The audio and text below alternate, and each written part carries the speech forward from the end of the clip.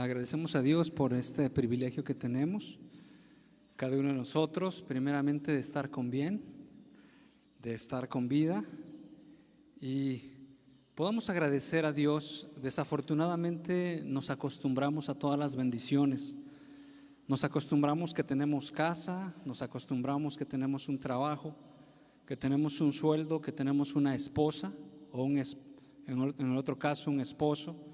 Nos acostumbramos que tenemos hijos, nos acostumbramos que tiene que llover, nos acostumbramos que sale el sol, a muchas cosas. Sin embargo, debemos agradecer, y agradecer es reconocer el favor de Dios para con nosotros, reconocer de lo que Dios hace por nosotros. Y realmente todas las cosas son hechas por Dios, han sido establecidas para su gloria, para que su gloria sea reflejada, y a través de su gloria nosotros también podamos entender su carácter a través de esta creación. Y Dios es la causa de todas las cosas. Dios realmente es la causa de todas las cosas. Aunque tenemos diferentes actividades, sin embargo, Dios es la razón de todo, de que nosotros estemos aquí. Toda esta historia es la historia de Dios, que corresponde a la historia de Dios. Entonces, hermanos, tengamos esa visión correcta de ver las cosas como Dios quiere que las veamos, y vamos a pedirle a Dios que Dios esté con nosotros también en esta enseñanza, en este tiempo. Vamos a pedirle que Él nos alumbre.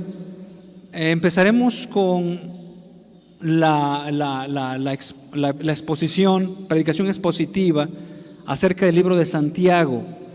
En este libro Dios nos va a bendecir mucho, como en todos los libros. Realmente Dios nos habla, y de por sí, como lo dice la Escritura, que siempre nos ha hablado de diferentes formas y de diferentes maneras, y en este libro no es la excepción.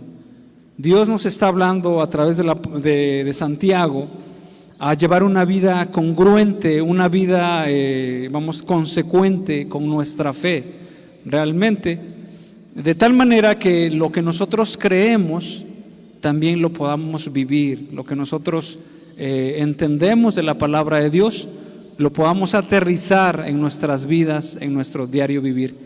Y a través de esta epístola, que se le llama una de las epístolas universales porque no están dirigidas a ninguna iglesia en específico, como la iglesia a los Corintios, que estaba en Corinto, como a la iglesia de Galacia, sino más bien es una carta que está enviada, se le llama universal porque es enviada para todas las personas que en ese momento eran los judíos que estaban dispersos. Se le llama la diáspora, estaban dispersos, y ahorita lo vamos a ver. ¿Por qué estaban dispersos? A causa de la persecución. Sin lugar a dudas, ellos fueron el primer auditorio, la audiencia original, y también está dirigida hacia nosotros. Y en esta carta de Santiago nos va a hacer ver la realidad de la vivencia que nosotros tenemos. Un poquito de los antecedentes que podemos nosotros encontrar es que, por ejemplo, las cartas del apóstol Pablo enfatizan mucho en la gracia de Dios, y esto es una realidad, hermanos. ¿Por qué? Porque los judíos en aquel tiempo, y no solamente en aquel tiempo, también en este tiempo, hay muchas personas que hacen énfasis en que la salvación se obtiene por medio de las obras, que yo puedo entrar al cielo, o que yo voy a entrar al cielo a través de los méritos que yo haga. Estoy muy apegado a la iglesia, escucho las predicaciones, estoy bien con Dios, entre comillas, sin entender la realidad de esto. Y entonces los judíos tomaban como mérito cada una de las cosas que ellos hacían. Eran muy rigurosos en sus rituales, también en ceremonialismos, de tal manera que ellos pensaban que cuanto más ellos se apegaban a esas tradiciones y costumbres, era cuanto más merecían el cielo. Bueno, pero hemos entendido a través de la palabra de Dios que nosotros, desde que somos chicos, tenemos una tendencia al pecado. Entonces, por un lado, están estas personas, el apóstol Pablo hablaba de la gracia, pero esta carta algunas personas han entendido que se contrapone con lo que dice Pablo, pero no hay contradicción alguna.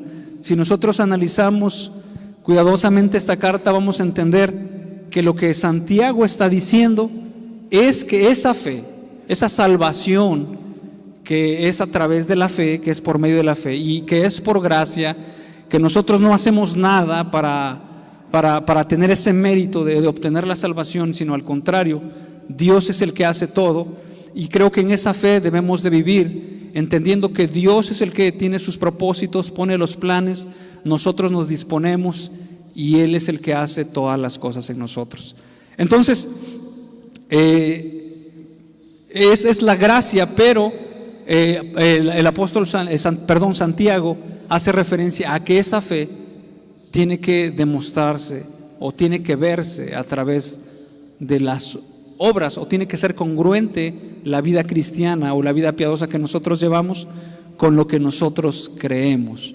Entonces, esta es una realidad y vamos a pedirle a Dios que Dios nos ayude a entender esto, que Dios nos dé de su influencia, de su espíritu, y que esté afectando cada uno de nuestros corazones para que nosotros le podamos conocer.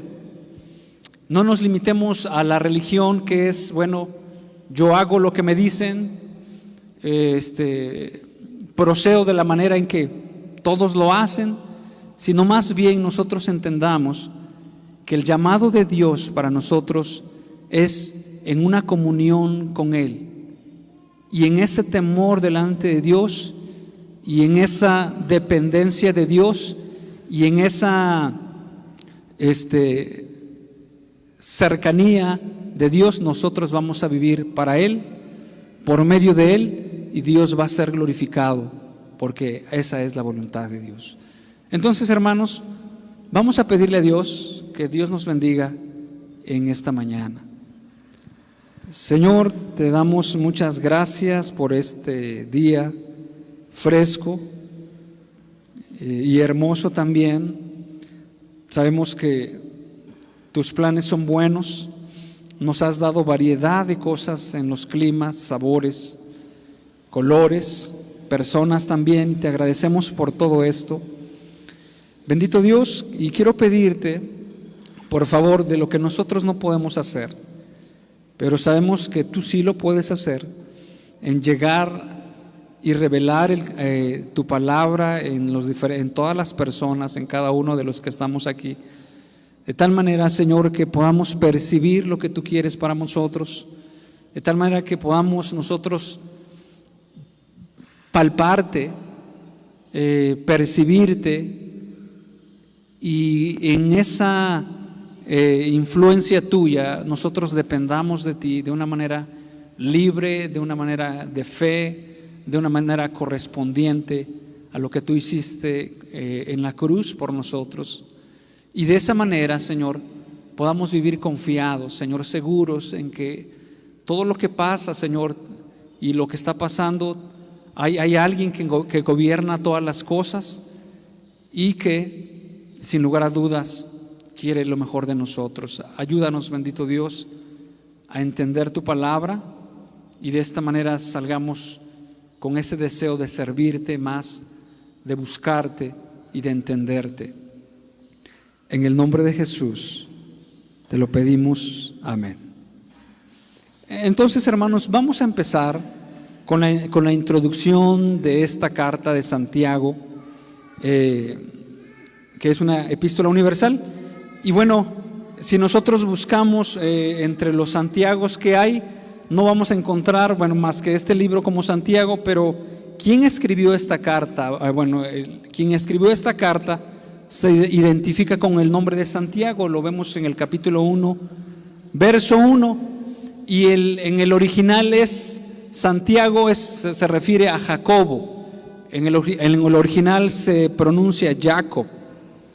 Sus variantes en el español de Jacobo o de Jacob son Iago, Yago, Tiago y se viene a castellanizar de la forma, en el latín santus, se toma el sant como para cualquier santo que se le refiere, y bueno, y santo no me refiero a la figura que se pone en algún altar, sino más bien cuando la Biblia se refiere a santo, es a personas separadas o apartadas para el servicio de Dios. Y bueno, en ese prefijo que se le pone sant y se une con Iago o Tiago o Yago, se castellaniza como Santiago, como si dijéramos San Jacob, pero se viene castellanizando y se termina como Santiago y se fusiona y termina tal como Santiago. Entonces, realmente Santiago, el nombre original es Jacobo. Y bueno, en la Biblia encontramos varias personas con ese nombre de Jacobo. Por ejemplo, Jacobo, el hijo menor de Alfeo, lo vemos en Mateo 10:3. Vamos para allá en Mateo 10:3.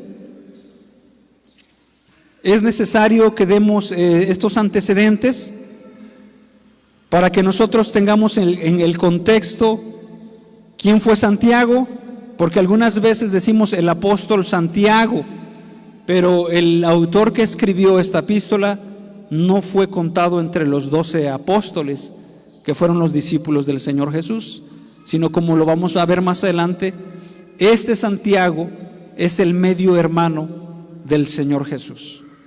Entonces, dice allí en Mateo 10:3,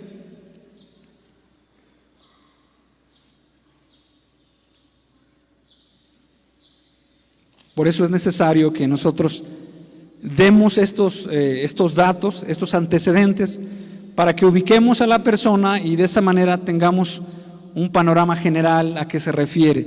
Dice Mateo 10:3 de la siguiente manera: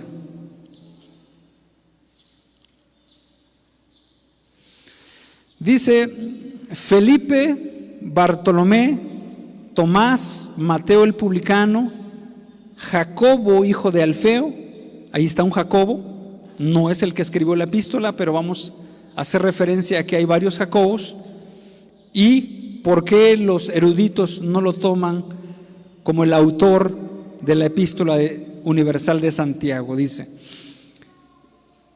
Jacobo, hijo de Zebedeo, y Juan, su hermano. Los eruditos no lo tienen considerado seriamente como el autor. Está otro Santiago, que es Jacobo, hijo de Zebedeo y hermano de Juan.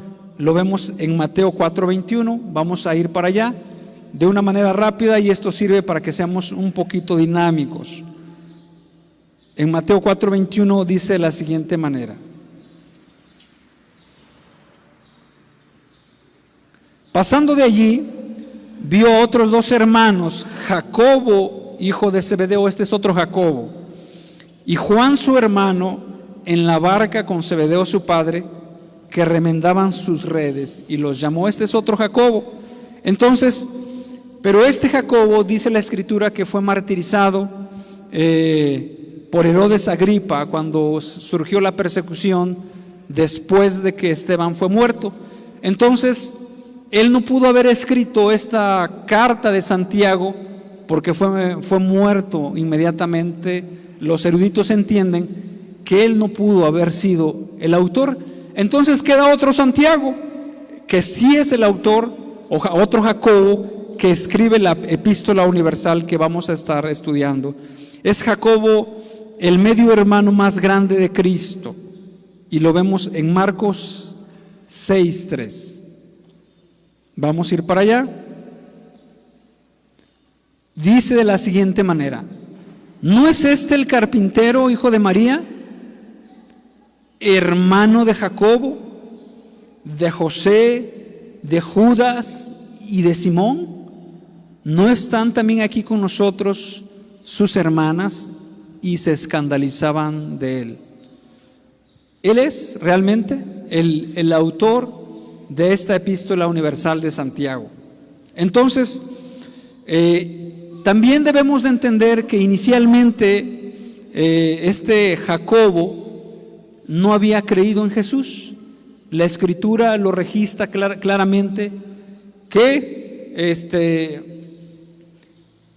él no creía en Jesús como el Mesías. Incluso pensaban que estaba loco, lo fueron a buscar como pensando que Jesús estaba fuera de sí, y dice la Escritura que no creían en él. Entonces,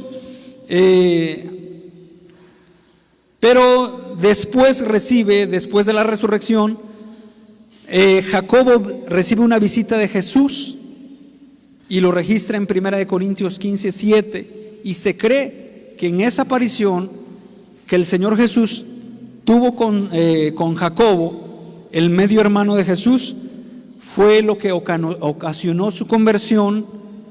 Y después la Biblia registra que él era uno de los que estaban en el aposento alto, en el aposento esperando el bautismo del Espíritu Santo. Entonces, él se volvió un líder prominente de la iglesia de Jerusalén. Hay varios registros en el libro de Hechos. Vamos a leer uno solamente, Hechos 12:17.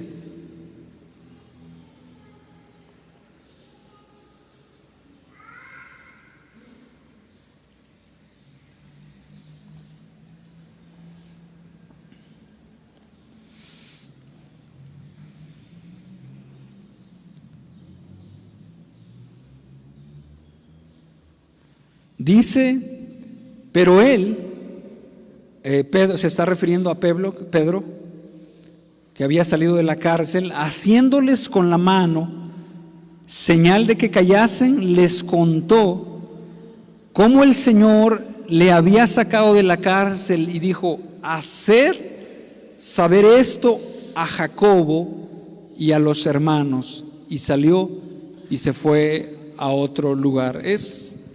Es necesario que demos estos registros para que en el contexto que nosotros tengamos podamos ubicar precisamente, aparte de que la persona que escribió, también el contexto en el cual se estaba viviendo en aquel momento. La Escritura también establece que él fue una columna en la iglesia. Vamos a leerlo en Gálatas 2:12.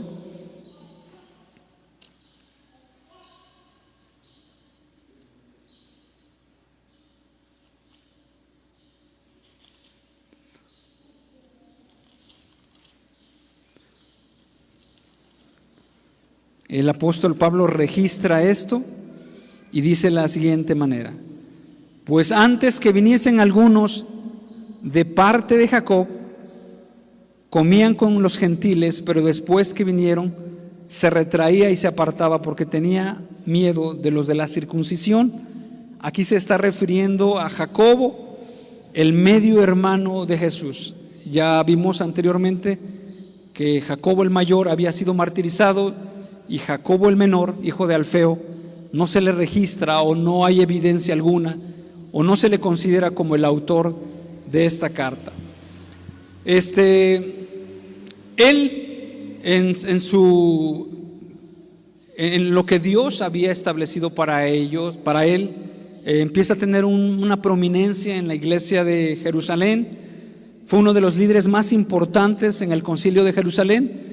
Está registrado en Hechos 5, y también se le llamaba a Santiago el Justo por su devoción a la justicia.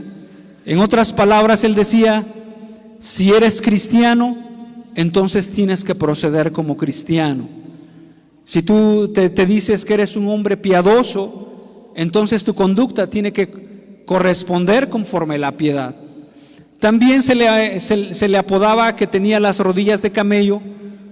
¿Por qué? Porque él acostumbraba a orar de rodillas, y la constancia en la oración hizo que sus rodillas se endurecieran como el callo de un camello, y le apodaron de esa manera.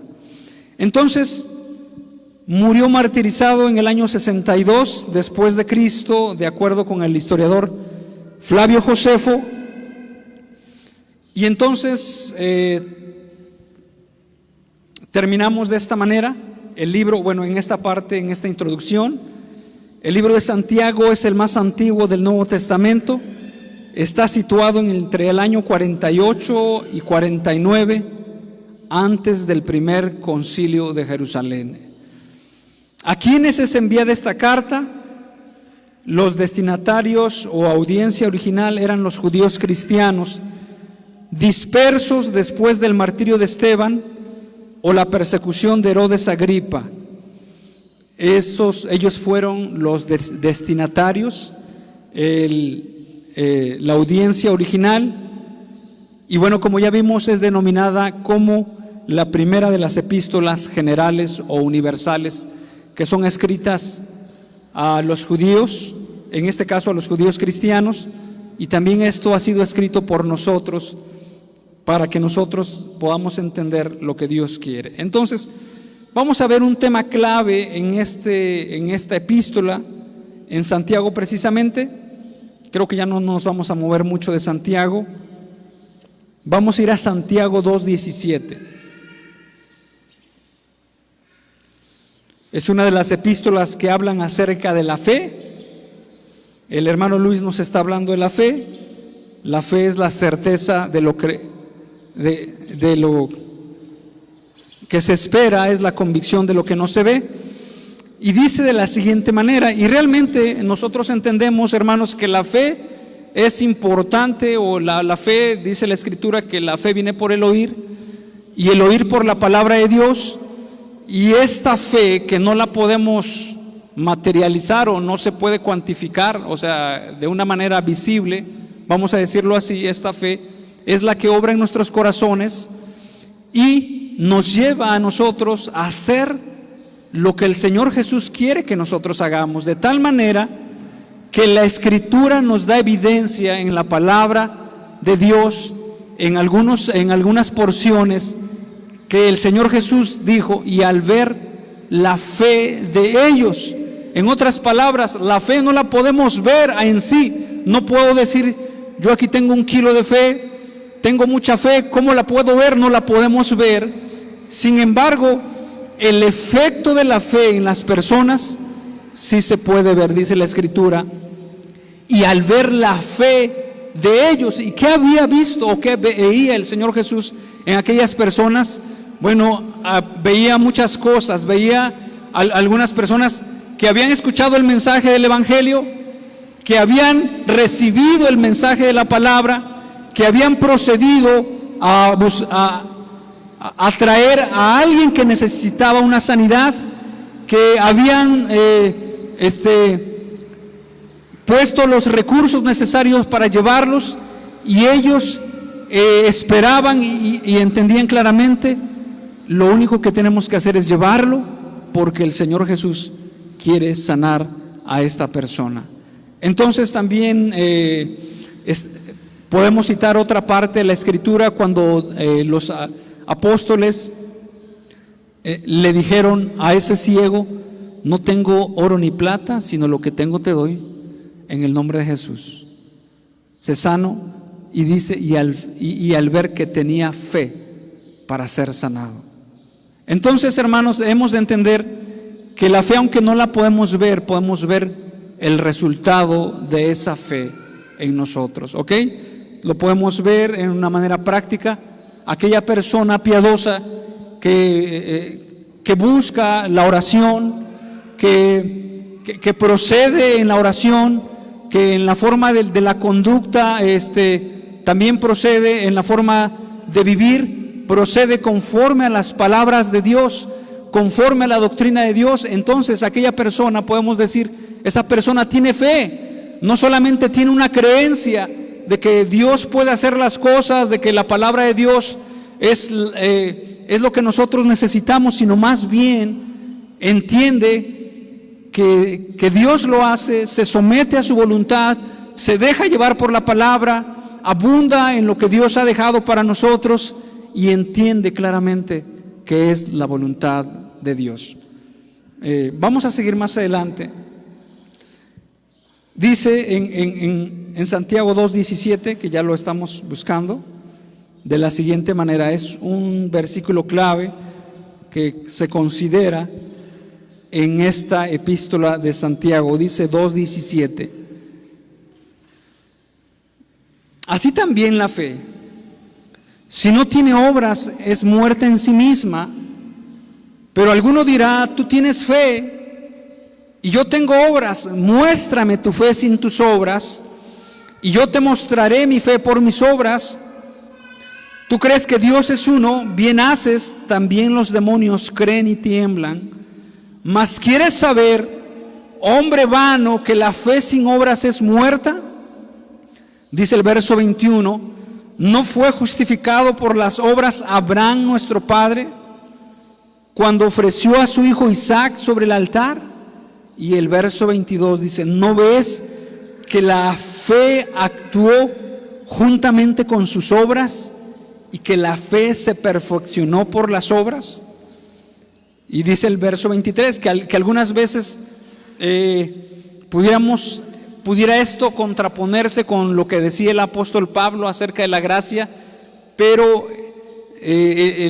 Santiago lo ejemplifica y lo explica muy bien a qué se refiere esas obras o esos frutos o ese resultado de la fe. No que Santiago esté diciendo que para que nosotros podamos ser salvos tenemos que hacer obras, sino más bien dice que si nosotros tenemos fe y que la salvación es por gracia, por consecuencia, nuestra fe va a repercutir en frutos que correspondan o que sean congruentes con la voluntad de Dios. De esa manera. Un punto bien práctico. Por ejemplo, un joven que se quiere casar o una chica que se quiere casar o un joven precisamente, y él dice que tiene fe, que confía en Dios. Bueno, si confía en Dios, ese joven se va a someter a la autoridad, porque la Escritura dice que todas las autoridades están establecidas por Dios. Y el que se opone a la autoridad, a lo establecido por Dios resiste. Entonces esa fe es una fe congruente, no anda a escondidas del pastor o huyendo del consejo del pastor, o no anda a escondidas de la mamá o del papá, o anda haciendo ahí ya, arreglando todo mientras papá y mamá no saben nada. Realmente, no, eso es una vida congruente con la palabra de Dios. Entonces, dice el verso 23, y se cumplió la escritura que dice, Abraham creyó a Dios y le fue contado por justicia, y fue llamado amigo de Dios. Vosotros veis, pues, que el hombre es justificado por las obras y no solamente por la fe. Dice el 25, vamos a continuar. Asimismo también Rahab la ramera no fue justificada por obras. Asimismo también Rahab la ramera no fue justificada por obras cuando recibió a los mensajeros y los envió por otro camino. Y termina en el verso 26 esta parte, dice, porque como el cuerpo sin espíritu está muerto, así también la fe sin obras está muerta. Lo repetimos, como el cuerpo sin espíritu está muerto, lo podemos ver en un difunto. Solamente vemos el cuerpo, pero no sirve de nada porque no tiene espíritu, no tiene vida. Y lo compara de esa misma manera. Así también la fe sin obras es muerta. O sea, la fe sin obras es muerta. Esto lo ejemplificaron algunos jóvenes que habían ido a un congreso de música en aquel tiempo, y en aquel congreso de música, o en aquel congreso bíblico, les habían enseñado que las naciones necesitan el mensaje de salvación. Y entonces cuando el pastor estaba predicando, los jóvenes decían, sí es cierto. Y el pastor les decía, id y haced discípulos. Las naciones necesitan del mensaje del evangelio. Ustedes son los indicados. Y los muchachos en ese fervor y en esa emoción decían, sí, vamos a alcanzar a las naciones. Vamos a predicar el mensaje del evangelio. Sí, tenemos que ir a alcanzarlos. Vamos a hacer obras de misericordia. Y el otro día, se levantan de esos jóvenes que habían estado ahí, y se levanta uno, y con esa misión y con ese entendimiento claro de lo que había recibido en ese congreso, se levantó muy temprano, y los otros le preguntaron: ¿a dónde vas? ¿A predicar? ¿A hacer lo que nos dijeron? Y los otros dijeron: no, mejor para otro día. Eso es fe. Realmente la fe tiene que ser, está directamente relacionada con las obras, con ese fruto. O sea, no podemos separar la fe. Y el apóstol Pablo está diciendo, Santiago está diciendo: muéstrame tu fe sin tus obras. No se puede mostrar realmente la fe. Y Santiago dice: y yo te mostraré mi fe por mis obras.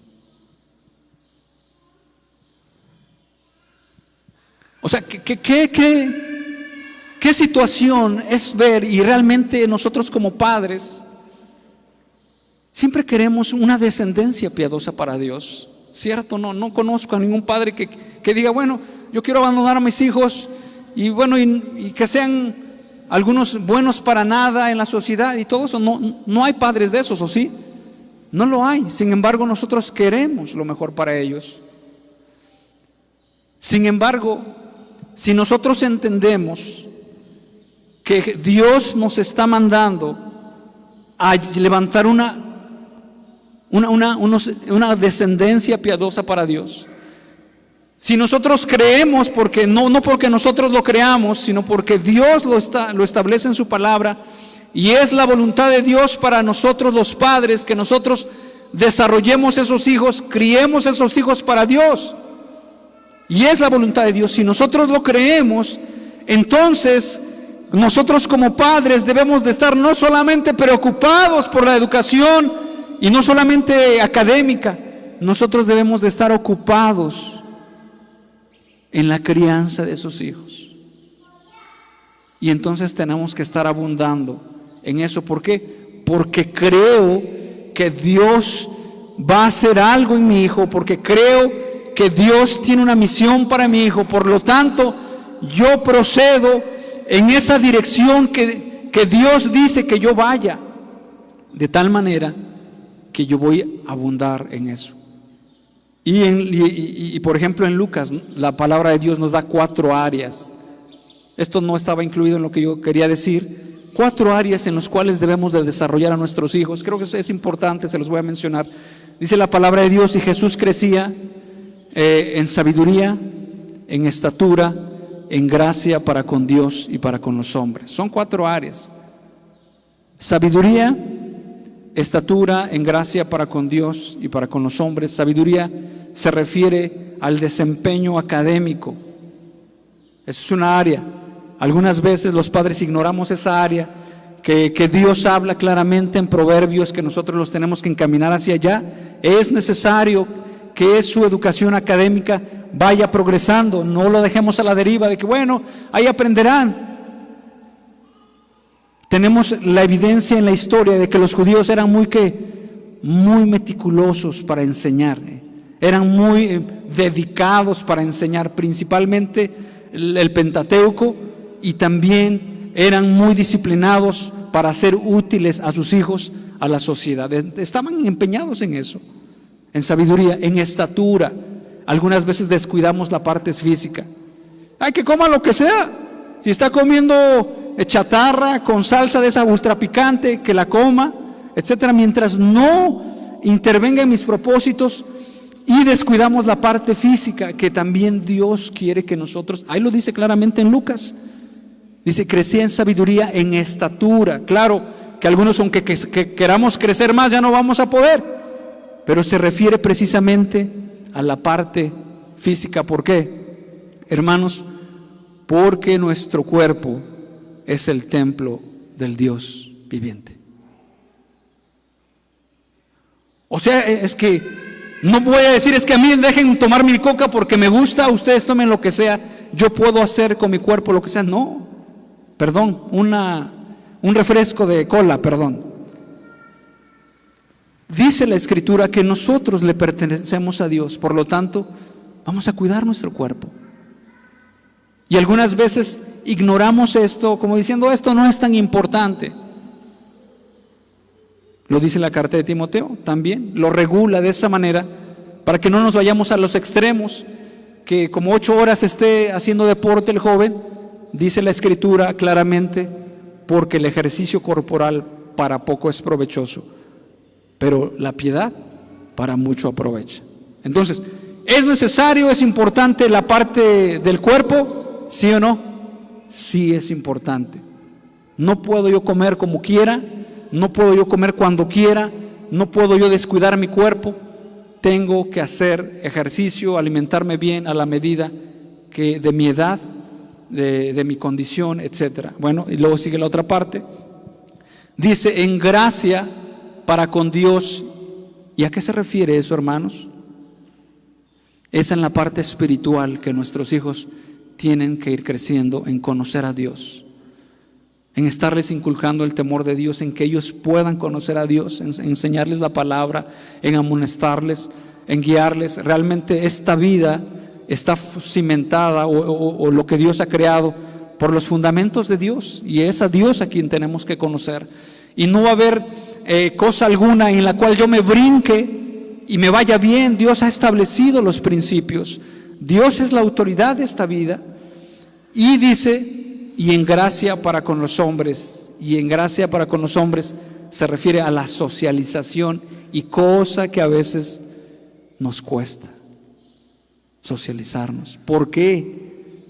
Porque el carácter de él es muy arrebatado. Yo no le puedo decir nada a él porque anda, parece como perico, no me deja hablar. Mejor no socializo con él. Yo soy una persona muy tímida. Yo aquí en mi cuartito o en mi esquina veo a todos de lejos, nomás les saludo así. No me meto con nadie, que nadie se meta conmigo. Pero pero realmente esa no es la voluntad de Dios. O sea, que nosotros no nos relacionemos. Fuimos creados para socializarnos. En la casa socializamos. En la casa tenemos diferencias, si no con los hijos, si no con la esposa, y tenemos que aprender a socializarnos, a relacionarnos con las demás personas. Relacionamos en el negocio, cuando vamos al mercado, cuando hacemos fila al pagar la canasta de productos que llevamos. Socializamos con todas las personas. Son 4 áreas, y algunas veces esa decimos, esa sí ya no, es que no lo quiero. ¿Y eso por qué lo comentamos? Porque si creemos eso, tenemos que ser consecuentes con eso. En otras palabras, cuando Noé se le preguntaba, Noé, ¿qué estás haciendo? Pues un arca. Es que Dios me dijo que va a llover, que va a venir una gran lluvia. ¿Así? Pues nunca ha llovido. Y él no solamente creía que iba a llover, o sea, no solamente lo tenía aquí en la mente, sino que estaba procediendo en esa misión que Dios le había dado, y lo que estaba haciendo diariamente era construir aquella arca que iba a salvar a su familia. O sea, estaba trabajando en consecuencia de lo que creía. Estaba trabajando en consecuencia de lo que sabía que iba a venir. No solamente lo tenía acá, no solamente era una creencia, no solamente era un ideal religioso, no solamente era algo que se tiene. Sí, realmente necesitamos de Dios. No, Dios es lo máximo. No, Dios es lo que yo necesito realmente. Pero la verdad es que en la mañana no amaneció con esa necesidad, vamos a decirlo así. O mejor dicho, demuestra diariamente que su necesidad no es de Dios. ¿Su necesidad de qué es? del trabajo, de comer, de estar bien, de todo lo demás. Pero de Dios, esa no es su necesidad. O sea, sí me explico, hermanos, que esa fe tiene que ser congruente con, o mejor dicho, las obras o los frutos que nosotros tenemos tienen que ser congruente con ¿qué? Con lo que nosotros creemos. Hermanos, perdón, usted sabe que Dios nos mandó a cada uno de nosotros a compartir el Evangelio, a predicar el Evangelio. ¿Qué pasaje lo dice, hermanos? O coméntelo, cítelo, por favor. ¿Perdón? En la gran comisión, ¿verdad? ¿Y por qué predicamos, hermanos? Hermanos, porque un día, bueno, por varias razones. Porque el mundo no tiene una esperanza, está perdido, está ciego, no sabe distinguir. La verdad es lo que nos dice en la Escritura. Es la única verdad absoluta. No hay mentira ni variación. Y algún día Dios va a venir a juzgar esta tierra. Dios va a pedir cuentas a cada uno de nosotros, querramos o no querramos. ¿Creemos esto, hermanos? Que algún día el Señor Jesús va a venir a juzgar esta tierra. Y que dice la Escritura que va a llamar a las personas, a los que bien hicieron conforme a su voluntad. Venid, benditos de mi Padre, heredad del reino de los cielos, que está preparado para los que creyeron, y que va a poner del lado izquierdo a aquellas personas que no hicieron conforme a su voluntad, hermanos. Si lo creemos, porque está escrito y es verdad. ¿Usted le está compartiendo, le está predicando a las personas? ¿Usted de manera espontánea, no quiero comprometer su trabajo, pero hay momentos muy particulares que sin lugar a dudas usted ha tenido con diferentes personas? Y en esos momentos son propicios no para convertir a aquella persona, porque nosotros no tenemos capacidad de convertirla, sino para hablarles verdades del Evangelio. Hablarles verdades del Evangelio. No de 40 minutos, de 5 minutos, una cápsula del Evangelio. Y estamos en momentos oportunos. Y que llega el vendedor y que está hablando de las cosas que están pasando en la carretera. Sí, está grave. Y usted utiliza esa oportunidad, así como Jesús con la samaritana. ¿Tú necesitas agua? Hay un agua. Hay un agua que te puede refrescar.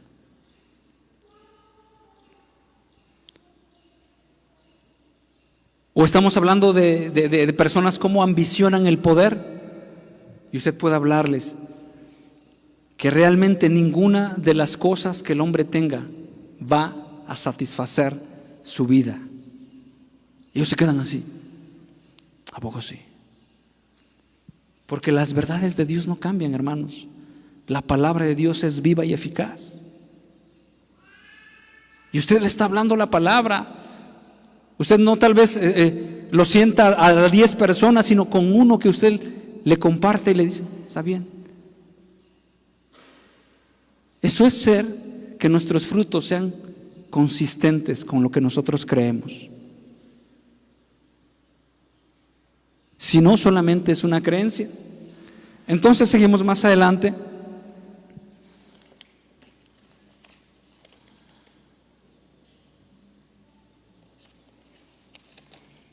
Algunos creen que esta carta fue escrita, claro, por Santiago, que así se entiende por las evidencias que se tienen, por el énfasis o el sobreénfasis de algunos de las enseñanzas de la gracia de Pablo. En otras palabras, actualmente también hay un sobreénfasis de las enseñanzas de Pablo.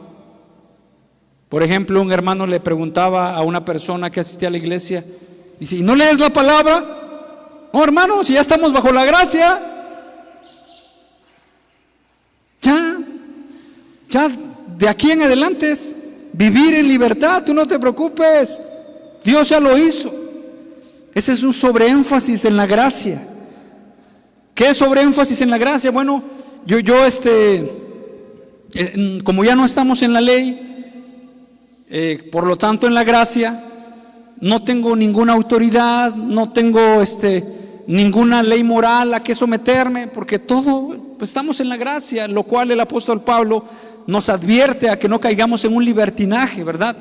Y en ese libertinaje, que es una falsa gracia, que se nos permite de todo. Bueno, como ya Jesús pagó por mis pecados, ¿qué más da? Yo puedo tomar, yo puedo bailar, en el mundo me puedo embriagar, puedo discutir con mi esposa de tal forma. No hay problema, ya estamos bajo la gracia. Entonces, algunas personas piensan que fue escrita por esa razón, para centrarnos en ese punto y entendamos la gracia del Señor Jesús, pero también entendamos los frutos consecuentes de esa gracia que es a través de la fe. Entonces, no hay ninguna contradicción. Quisiera citar a Martín Lutero. Martín Lutero en aquellos tiempos consideró a esta epístola como una epístola de paja. En otras palabras, como algo que no tenía como mucho, ¿por qué? Pero les voy a decir por qué. Porque como él, en el contexto que él vivía y en el contexto que él que tenía, ellos pensaban que la salvación, en el contexto que él salió, Martín Lutero, del contexto que él salió, lo reitero, pensaban que la salvación era por obras. Cuando Martín Lutero entiende lo que es la gracia, pues se va por la verdad, por lo que es. Sin embargo, en su estado de lo que antes le habían hecho énfasis, de que la salvación tiene que ser por obras, de que yo llego al cielo haciendo muchas obras, y si no hago muchas obras, entonces él como que tenía cierta reticencia. Pero la verdad, entendiéndolo a él, pudiera ser esa condición. Sin embargo, el apóstol Pablo hace énfasis en la gracia y Santiago hace énfasis en los frutos de esa gracia. No hay ninguna contradicción. Todo está realmente concuerda, y es a lo que Dios nos quiere llevar a cada uno de nosotros, a que en esa fe que nosotros tengamos, nosotros podamos proceder para vivir de esa manera que Dios quiere. Entonces, el tema principal, voy a leer lo que dice la Biblia Thompson. El tema principal de esta epístola de Santiago es la religión práctica manifestada en las buenas obras, en contraste con la sola profesión de la fe.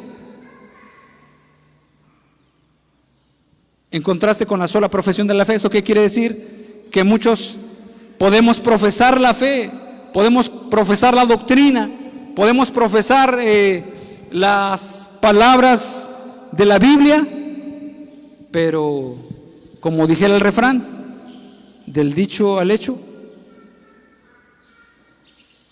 hay mucho trecho. Entonces, dice la Biblia Plenitud, el autor escribió para refutar el penoso abandono de ciertos deberes cristianos. Analizó la naturaleza de la fe genuina e instó a sus lectores a demostrar la validez de su experiencia con Cristo. Y vamos a leer Santiago 1:18, que realmente el llamado de Dios no es solamente a congregarnos, no es solamente a tener una membresía o a estar satisfechos de que yo voy a esa iglesia, ahí cantan bonito, ahí predican como me gusta, hay luces, hay un buen lugar de esparcimiento y ahí estoy bien. ¿Por qué? Porque me siento bien. Y bueno, y no hay fe, una fe que proceda a vivir de una manera diferente. Lo que dice aquí en Santiago 1:18, dice: Él de su voluntad nos hizo nacer por la palabra de verdad, para que seamos primicias de sus criaturas. Dice que concuerda mucho cuando dice que las cosas viejas pasaron, he aquí, todas son hechas nuevas. Somos nuevas criaturas. También concuerda mucho lo que dice la Escritura: dejad de hacer lo malo, aprended a hacer lo bueno. Realmente también concuerda mucho con otra parte de la Escritura que dice que hasta que lleguemos a la altura y la estatura de un varón perfecto. En otras palabras, también concuerda mucho con lo que dice: mas la senda del justo es como la luz de la aurora, que va en aumento hasta que el día es perfecto. En otras palabras, Dios nos toma, perdona nuestros pecados y nos inicia en ese camino de santificación, de perfección, en el cual Dios va haciendo una obra en nosotros para que nos lleguemos a parecer más en nuestro carácter, en nuestra fe y en nuestra vida al carácter del Señor Jesús. Entonces dice Santiago 1:18, nos hizo nacer por la palabra de verdad para que seamos primicias de sus criaturas. Voy a leer algunos de los propósitos que tiene esta carta. Exhortar a los lectores a vivir de una manera piadosa, a pesar de la opresión y las circunstancias en que vivimos, entendiendo la voluntad de Dios. El propósito de Santiago no era dar más doctrina, era llevar a los cristianos a vivir la doctrina que ya tenían. Ese era el propósito, ese es el propósito que Dios tiene a través de esta epístola de Santiago. Un hermano decía: si estuviera Santiago acá entre nosotros, nos sentaría y no nos preguntaría qué tanto sabemos de Biblia, y no nos preguntaría cuántos versos nos hemos memorizado, sino más bien nos preguntaría qué tanto nosotros hemos vivido conforme a lo que nosotros creemos.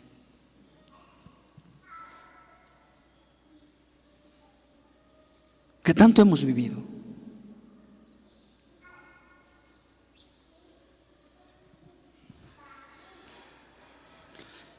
Dice, no era dar más doctrina, es a llevar a los cristianos a vivir la doctrina que ya tenían. Era un deseo personal que sus lectores fueran obedientes, sin reservas, a la palabra de Dios. Y otro propósito es la relación que existe entre la fe y las obras. Hay una relación muy ligada. Lo leíamos anteriormente. No podemos decir yo tengo mucha fe, pero no tengo obras, sino más bien la fe tiene frutos y evidencia de tal manera que nos lleva a proceder de la manera en que nosotros tenemos esa fe. ¿Ok? Bueno, seguimos más adelante y para terminar,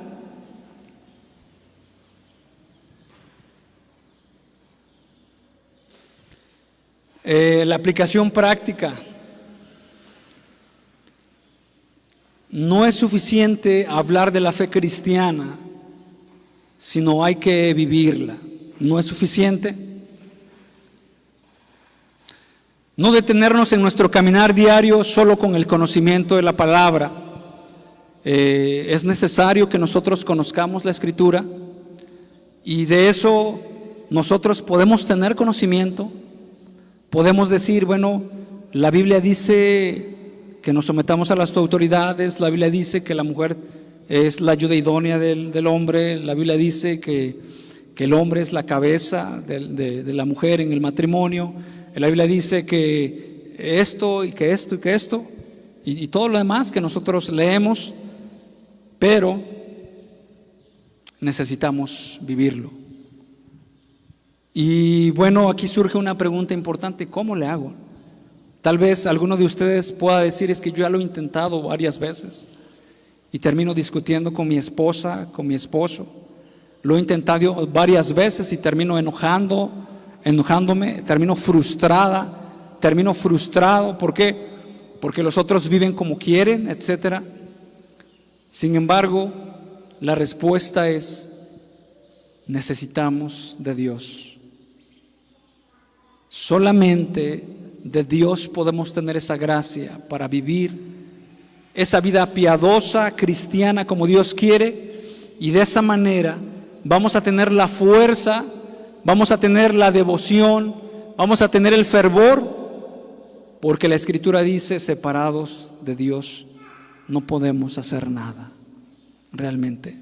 Entonces, no es en nuestras propias fuerzas, no detenernos en nuestro caminar diario. Ya lo leímos, dice la aplicación práctica: descarte la idea de ser cristiano, sin embargo vivir en pecado sin exhibir el fruto de la justicia. Entendemos, hermanos, que ninguno de nosotros es perfecto, pero ninguna de las personas que se dice ser cristiana puede seguir viviendo en pecado, o puede estar abiertamente viviendo en pecado sin exhibir ningún fruto, ningún resultado de esa fe. Realmente tiene que haber un resultado. Aquella persona procede en esa gracia, se ve un fruto, se ve una pasión, se ve una entrega al leer la Escritura, se ve algo en su vida diaria, se ve un temor. Tal vez se equivoca, tal vez llegó a enojarse, pero dice: reconsidera, pide perdón a Dios o a las personas, y si bueno ya no se pudo restituir porque la persona está por otro lado, etcétera, dice: eso no está bien, eso está mal, ese es un mal ejemplo, etcétera, y sigue adelante. ¿Ok? Pero se evidencia un fruto de piedad, se evidencia un temor de Dios en su vida. Se dice la palabra de Dios: de la abundancia del corazón habla la boca. De todas las pláticas que usted tiene, que ha tenido con sus amigos o en esta semana, ¿de qué pláticas han sido? ¿De qué pláticas han sido? ¿Han sido de los políticos? ¿Han sido de la pandemia? ¿Han sido de los precios que están muy altos? ¿Ha sido de la loca sociedad en la cual estamos? ¿Ha sido de los vecinos tan deschavetados que tenemos? ¿Ha sido? ¿De qué ha sido? Claro, tenemos que nosotros que hablar con nuestros clientes, dar precios, etcétera, y todo eso. Pero la Escritura dice que de la abundancia del corazón habla la boca. ¿Y qué es eso de lo que usted ha hablado? ¿Qué es de lo que usted habla? ¿De la esperanza que tenemos en Jesús? ¿De la respuesta de Jesús para nuestras vidas? ¿De lo que Dios puede hacer en nosotros? ¿De lo bueno que es Dios, de sus planes para nuestras vidas? ¿De encaminarnos hacia esa vida piadosa que Dios quiere? Dice: tal fe, o sea, una fe que no tiene frutos de justicia o no tiene obras, es compartida por los demonios, dice Santiago, porque los demonios creen y tiemblan. Y esa fe no puede salvar porque no va acompañada de obras. que respaldan la fe salvadora. Las buenas obras no son causa de la salvación, sino son el resultado de ellas, las buenas obras. Y termino con esta parte: la fe genuina producirá inevitablemente buenas obras. La fe genuina, buenas obras producirá.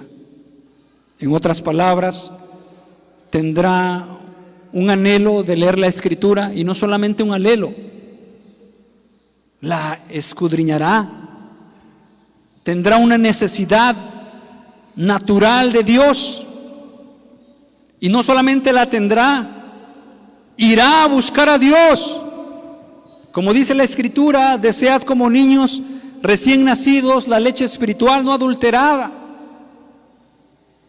Y cuando un niño nace, un bebé que no tiene ni un día de nacido, usted lo ve, lo carga y lo que empieza a mover es su boquita. ¿Y qué nos está diciendo ese bebé? ¿Que quiere hablar? ¿Que quiere decir: hola papá, ¿cómo estás? No, ese bebé está diciendo: yo quiero leche, yo quiero tomar, y si no me dan, yo chillo.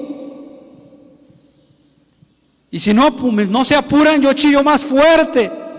Y va a estar ese bebito y esa bebita llorando, y concuerda mucho con las palabras que dicen: como el siervo busca por las corrientes de las aguas, así clama mi alma, oh Dios, por ti. ¿Cuándo vendré y me presentaré delante de ti? ¿Cuándo? ¿Cuándo llegará el día en que ya me reúna? ¿Cuándo llegará el día en que ya esté? ¿Cuándo llegará el día en que haga esto? Es una necesidad, realmente. Está en esa línea. Entiende que el reino de Dios se establece y que Dios quiere y usa instrumentos humanos para extender el reino, y se dispone y dice: está bien. Yo entiendo que la iglesia es el cuerpo de Cristo y que Dios nos ha puesto en ese lugar para que nosotros, como coyunturas, seamos parte de esto. Y yo necesito fungir esa labor que Dios quiere que yo haga, y lo voy a hacer de una manera entregada, de una manera apasionada, de una manera responsable, hasta donde nosotros podamos. Eso es fe, y estará viendo de esa forma que el reino de los cielos se extienda en su casa, con su hijo, recordándoles la palabra. Y es que es algo natural, hermanos. Cuando usted no tiene nada que decirle en un momento dado a su hijo o a alguna persona, que realmente son cosas que nos acontecen normales y naturales, cuando usted no tiene nada que decir, dudaríamos en que usted no tuvo nada que comer, porque no puede decirle nada, no puede orientarlo, no puede dirigirlo, no puede dar una esperanza, no puede darle una solución, llevarlo hacia la solución que es Jesús. Y termino, ya terminando de esta manera. Cada uno de nosotros podemos hacer esto, podemos entonces querer empezar a fingir algunas obras. Bueno, entonces ya me voy a reunir.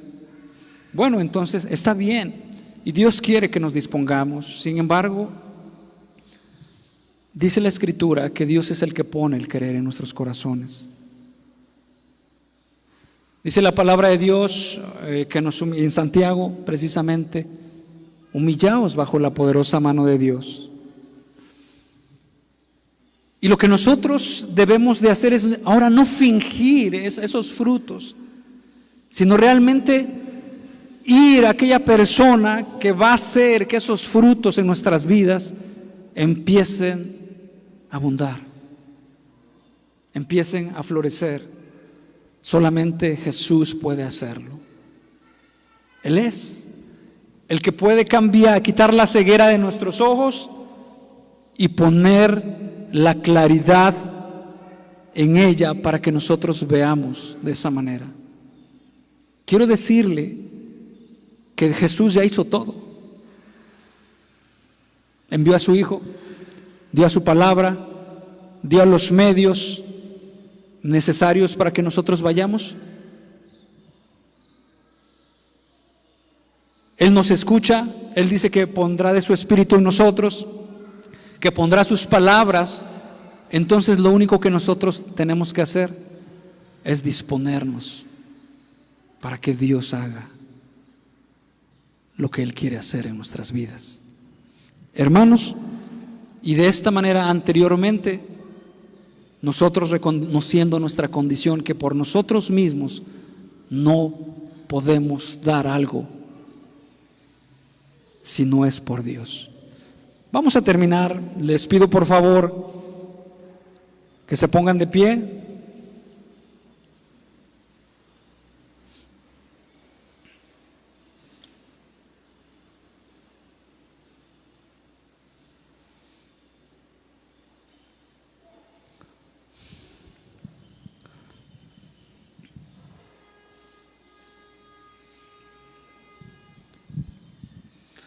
Señor, te damos gracias. Gracias por este día que tú nos das. Como tú bien lo sabes, hemos empezado a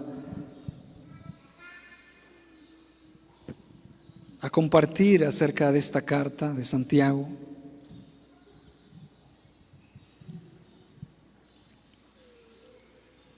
Y queremos pedirte que tú influencies en nuestro corazón, influencies en nuestra mente,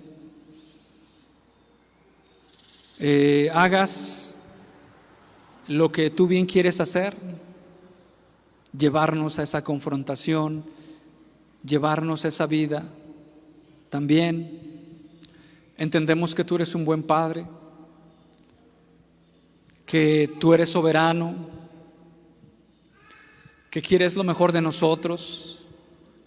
Algunas veces nosotros no lo vemos así, lo vemos de una manera diferente. También algunas veces nos molestamos, y en otras veces anteriormente, Señor, pensamos que la religión o que la vida de Dios era algo aburrido, Señor.